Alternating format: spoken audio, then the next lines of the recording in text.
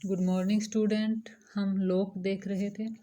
लोक का व्यक्तिवाद देखेंगे। आज का हमारा टॉपिक है लोक का व्यक्तिवाद।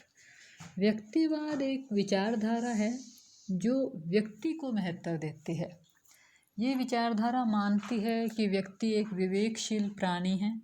वो अपना भला बुरा सब अच्छे से जानता है, इसीलिए उसको विशेष स्वतंत्रताएं अधिकार दिए जाने चाहिए।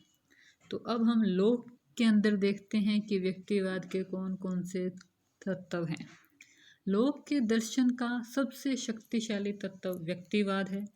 वह व्यक्ति को का परम उपासक और भक्त है। वाहन ने जैसा कि कहा है कि लोक की व्यवस्था में प्रत्येक वस्तु व्यक्ति के चारों ओर चक्कर काटती है। प्रत्येक वस्तु को इस भांति सजाकर रखा गया है कि व्यक्ति की सर्वोत्तम सत्ता किस प्रकार सुरक्षित रह सके। तो अभी ये कोटेशन मोस्ट इम्पोर्टेंट है, 3-4 बार कॉम्पिटिटिव एग्जाम्स में आई हुई है, तो ये आप याद कर लेना कि लोक की सारी व्यवस्था व्यक्ति के चारों ओर चक्कर काटती है। तो ये शब्द किसके हैं? वाहन के। तो देखो, इसको याद रखने के लिए ट्रिक होती है, मतलब आपस में कंप्लीट सीधी लाइन याद रखोगे तो याद नहीं रहेगी, इतने सारे विचारकों की याद रखनी होगी। तो अपने चक्कर काटने के लिए किस चीज़ का यूज़ करेंगे? वाहन और ये वोहन। ठीक है, तो जैसे ही चक्कर काटने का शब्द आए तो दिमाग में वाहन, फिर देख लेना ऑप्शन में विचारक, तब वो आपका आंसर सही हो जाएगा। होब्स ने, जैसा कि हम जानते हैं कि वो भी व्यक्ति को ही केंद्र बिंदु मानते थे, लोक भी व्यक्तिवाद के ही जनक हैं। तो लोक में व्यक्तिवाद के कौन कौन से तत्व हैं उनको देखते हैं। तो पहला है राज्य का अधिकार, व्यक्ति की सहमति। लोक ने राज्य की उत्पत्ति के संबंध में सामाजिक समझौता सिद्धांत अपनाया है, और जो राज्य है वो व्यक्ति की सहमति के परिणाम स्वरूप ही अस्तित्व में आया है। ये लोक के व्यक्तिवाद को स्पष्ट करता है। राज्य के निर्माण का उद्देश्य व्यक्ति के हितों की रक्षा। फिर लोक क्या कहता है कि राज्य है वो साधन है, वो व्यक्ति के अधिकारों की रक्षा के लिए आया है। राज्य एक यंत्र हो गया, एक मशीन हो गई जो व्यक्ति के लाभ और सुख के लिए बनाई गई है। तीसरा है व्यक्ति के पक्ष में राज्य पर सीमाएं। लोक का राज्य जनता द्वारा प्रदत्त शक्तियों का ही प्रयोग कर सकता है, क्योंकि राज्य जनता का मात्र एजेंट है।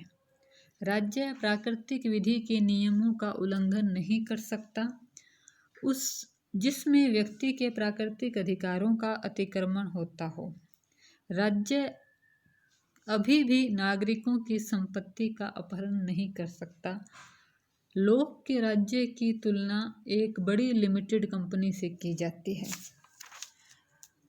फिर है व्यक्ति द्वारा राज्य का विरोध। लोक ने व्यक्ति को राज्य के विरोध करने का अधिकार दिया है। अगर राज्य व्यक्ति के जीवन, संपत्ति, स्वतंत्रता के अधिकारों की रक्षा नहीं करता तो व्यक्ति को अधिकार है कि वो राज्य के विरुद्ध विद्रोह कर दे। व्यक्ति की धार्मिक स्वतंत्रता। लोक के धर्म संबंधी विचारों में भी उसका व्यक्तिवाद झलकता है।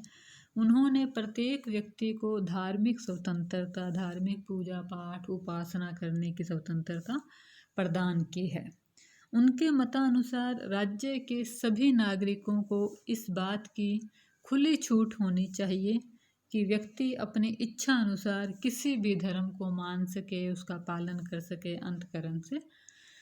इस प्रकार हमने देखा कि लोक ने व्यक्तिवाद को अपने संपूर्ण व्यवस्था का केंद्र बिंदु माना है। सबसे इम्पोर्टेंट चीज़ है वो उसके विचारों में व्यक्ति ही है। वाकर ने कहा है, लोक में व्यक्ति की आत्मा की सर्वोच्च गरिमा स्वीकार करने वाली तथा सुधार चाहने वाली महान भावना थी। और डैनिंग ने कहा है, व्यक्तिवाद की आधारशिला मनुष्य के प्राकृतिक अधिकारों को राजनीतिक चिंतन के क्षेत्र में लोक की महत्वपूर्ण देन है। कुछ आलोचकों का मत है कि लोक के व्यक्तिवाद संबंधी विचारों के अंदर अंतर्विरोध है। व्यक्ति को उसने महत्व दिया है, लेकिन उसको संपूर्ण संप्रभु संपन्न नहीं बनाया। अगर वो व्यक्तिवाद का समर्थन करता तो उसको प्रजातंत्र का समर्थन करना चाहिए था, लेकिन वह प्रजातंत्र का समर्थन करने की बजाय सीमित शासन और उसकी बात करता है। इसी प्रकार सीमित राजतंत्र की बात करता है। इसी प्रकार लोक ने अत्याचारी शासन के विरुद्ध विद्रोह का जो अधिकार दिया है वो भी उसने बहुसंख्यकों को दिया है। उसने कहा है कि आप विद्रोह कर सकते हो सरकार का, लेकिन उसके लिए आपके पास संख्या बल होना चाहिए। लोक की व्यवस्था में व्यक्तिवाद वास्तव में प्रभुत्व संपन्न नहीं है। इसीलिए सेबाइन का मत है कि लोक ने सामुदायिक हित का बिगुल अधिक बजाया है। मतलब उसने सामूहिक हित के लिए उतना काम नहीं किया जितना उसने उसका प्रचार किया है। तो लेकिन ये आलोचना की बात है। उस समय की अगर हम परिस्थितियों में देखें तो लोक के द्वारा व्यक्तिवाद उदारवाद के आधारशिला है वो तैयार की गई, और किसी भी काम का आरंभ है वही मुश्किल होता है। और इसके लिए राजनीति विज्ञान सदैव आभारी रहेगा कि उन्होंने उदारवाद जैसी विचारधारा को जन्म देने में सहयोग किया।